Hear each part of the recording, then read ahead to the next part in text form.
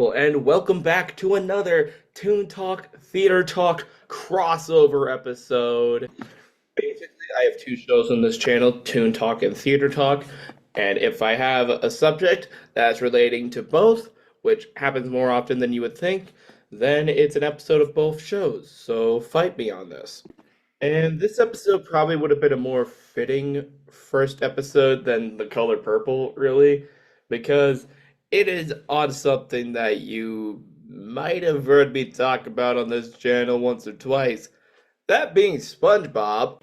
So yeah, I'm kind of infamous on here for making a bunch of videos about SpongeBob SquarePants, and I am genuinely surprised that it has taken me this long to make a video about the SpongeBob musical. I have certainly referenced it in quite a few videos beforehand, but I've never given its own dedicated video until now. The SpongeBob musical follows all of our favorite characters from Bikini Bottom, including SpongeBob, Patrick, Sandy, Squidward, Mr. Krabs, Plankton, and a whole bunch of others. While SpongeBob is trying to prove to Mr. Krabs that he is manager material, a mysterious volcano is said to erupt and destroy Bikini Bottom. As the rest of the town folks take this news to a interesting degree, SpongeBob, Patrick, and Sandy try their best to stop the volcano from erupting and destroying the town. It would have been so easy for the people making this musical to just adapt a bunch of random episodes and just add some songs to it and call it a day. But instead, they made a brand new original story that has never been told in any SpongeBob media and make this show a SpongeBob experience that is completely unique. Yeah, it does borrow some elements from one or two episodes and a little bit from the first movie, but it is entirely its own thing for the most part. You can also tell that the people making this show definitely did their homework, making sure that the general vibes of the show are very much like the SpongeBob series itself, and that all of the characters are distinctly recognizable as themselves, not just in appearance, but how they act. SpongeBob acts like SpongeBob, Patrick acts like Patrick, Mr. Krabs acts like Mr. Krabs, and so on and so on. In fact, when the actors were first casted as their characters, they were specifically told to not just do impressions of the cartoon characters, but rather come up with voices that fully embrace the characters and accompany them. Apparently, all of them took that memo except for the person who played Mr. Krabs because he just completely sounds like Mr. Krabs. The pure amount of SpongeBob vibes also gets into the sets. Now, the set is not super complicated. Multiple aspects of the set are completely made up of stuff that you can just get at your local Walmart. Like, for fuck's sakes, the kelp is just a bunch of pool noodles. It's actually a very fun game that you can play at home and just try and spot out what aspects of the set are like made of what. Now, obviously, there are more complicated set pieces, especially when they want to transfer something from the television series directly onto the stage, but for the most part, it is pretty simple. This part is pretty cool, especially when, say, you want there's like a regional theater or community theater or even a high school that wants to put on a production of this show, they know that the set doesn't have to be super complicated because the set on Broadway was relatively simple.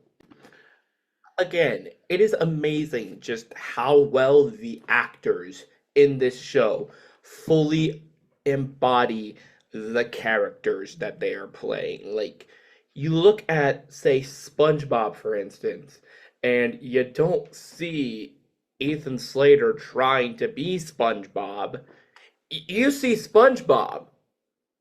Insert your own Ethan Slater, Ariana Grande joke here. And one of the things I fucking love about this show is that since every single character portrayed in this show comes from the television series, there really isn't any small role because they are all universally recognizable from SpongeBob to Old Man Jenkins to Patchy the Pirate. Like literally all Patchy does is come in at the beginning of the show to say a few things, comes in at the beginning of Act Two to sing a song, comes right back in at the finale, and that's it. But his presence in the show is so fun, and it's one of my personal favorite aspects of the show, and how Patchy just shows up and completely acts like how he does in the TV show. And finally, I'd like to talk about the songs. Now, this show did something pretty unique in terms of musical theater. For 9 times out of 10, a show will have one or two songwriters write just about every single song. Sometimes other songwriters will be brought in for some additional lyrics. Sometimes the original songwriters get let go and get replaced with new ones, but they still keep some of the songs that were done by some of the previous songwriters. A lot of the times it's a mess, but TLDR, it's usually one or two people writing all of the songs. For whatever reason, SpongeBob decided to do something that I don't think has ever been done prior or since then. Every single song in this show was written by a completely different person. Now, yes, jukebox musicals are a thing.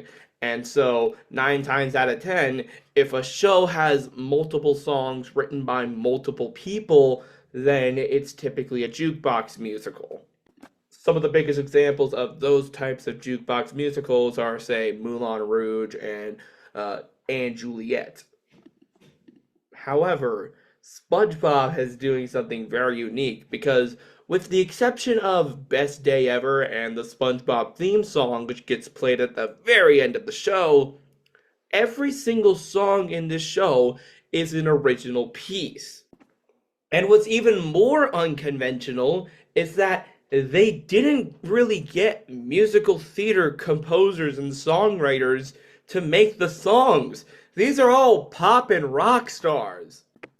And these songwriters include Jonathan Colton, David Bowie, The Plain White T's, T.I., Panic at the Disco, Alex Ebert, Cyndi Lauper, Yolanda Adams, The Flaming Lips, Sarah Bareilles, Steven fucking Tyler, Lady Annabelle Ella, John Legend, They Might Be Giants, and Tom Kenny, who wrote Best Day Ever. But still, like the amount of fucking artists that wrote the songs for this show that aren't even musical theater artists and have vastly different musical styles is just insane. And what's even more insane is that if you did not know that beforehand, you could not tell because these songs somehow blend together so well, and you would genuinely not know that every single one of them was written by a different person. Plus, I just find it fucking funny that Steven Tyler wrote a fucking SpongeBob song. I'm just saying. Like, this show has one of the very last songs that David Bowie ever written, since this show premiered on Broadway a year and a half after his death. And, something that I think is even more amazing is that just about every single song is an absolute fucking bop, with the slight exception of No Control. But even then, it's not a bad song. It's just slightly worse than the other ones. If I was to name my top three, I'd say that number three is definitely Super C Star Savior. I love the gospel Joseph vibes that the song gives off, especially from the choir of different anchovies. Although I think it's a little weird that they made Patrick such a high tenor. I feel like Patrick as a character is definitely more suitable as a baritone rather than a tenor, but that's just my problem with it. Like that's just a thing that I've noticed in musical theater a lot. Like this has been a huge problem with contemporary theater. Baritones and basses just don't exist anymore. Like, what the fuck? Everything, like every single song that a man sings nowadays has to be, oh, you gotta hit the highest note possible because we gotta make this like an all-timer. You gotta hit that high notes. But like that just means like we get oversaturated with songs for tenors and it's just like, what about the baritones, man? Now, am I just venting as a high baritone who constantly gets put in the tenor parts, but it's just constantly bitching and whining because sometimes the tenor parts are just too high for him? Maybe. Number two for me will definitely be Poor Pirates. It is a fun shanty gig. Love Poor Pirates. Actually used this as an audition song one time. I didn't get casted, but hey, I used it as an audition song. And my number one has to be I'm Not a Loser. It only makes sense to get the most show-stopping Broadway-esque song in the show to Squidward. It's just perfect casting in my opinion. And the minute I found out that this was a They Might Be Giants song, it just made sense, man. It just made sense. So I actually have like a lot to say about the SpongeBob musical, but this is kind of more of like an off the cuff style video after I like saw a live version of it because I finally got the chance to see this show live because it was being performed at a local university close to relatively to my own university, so that was pretty chill. But I definitely want to do another video sometime in the future, maybe for SpongeBob month, where I just dive headfirst and like fully dissect how wonderful this musical really is. Maybe make like an hour long video about it. I have a lot to say about the SpongeBob musical, but if you guys would like to see maybe like a follow up to this type of video, something like that, then please let me know. Overall, I think that the SpongeBob musical is an absolute delight. I fucking love this show. I never get sick of it. It's If you are a SpongeBob fan, you need to check it out. If you're a musical theater fan, you need to check it out because I think it is very welcoming to people who aren't familiar with SpongeBob, but then again, who isn't in some way. But if you are a SpongeBob fan or you were a fan at one point, but you kind of dropped off, if like this is the perfect musical if you enjoyed SpongeBob at any point in your lives. So, and for the lifelong fans like me, we fucking happy, man. We are great. And so I would like to end this video on a question. Would you guys like to see this musical get adapted into an official SpongeBob movie? Let me know in the comments below.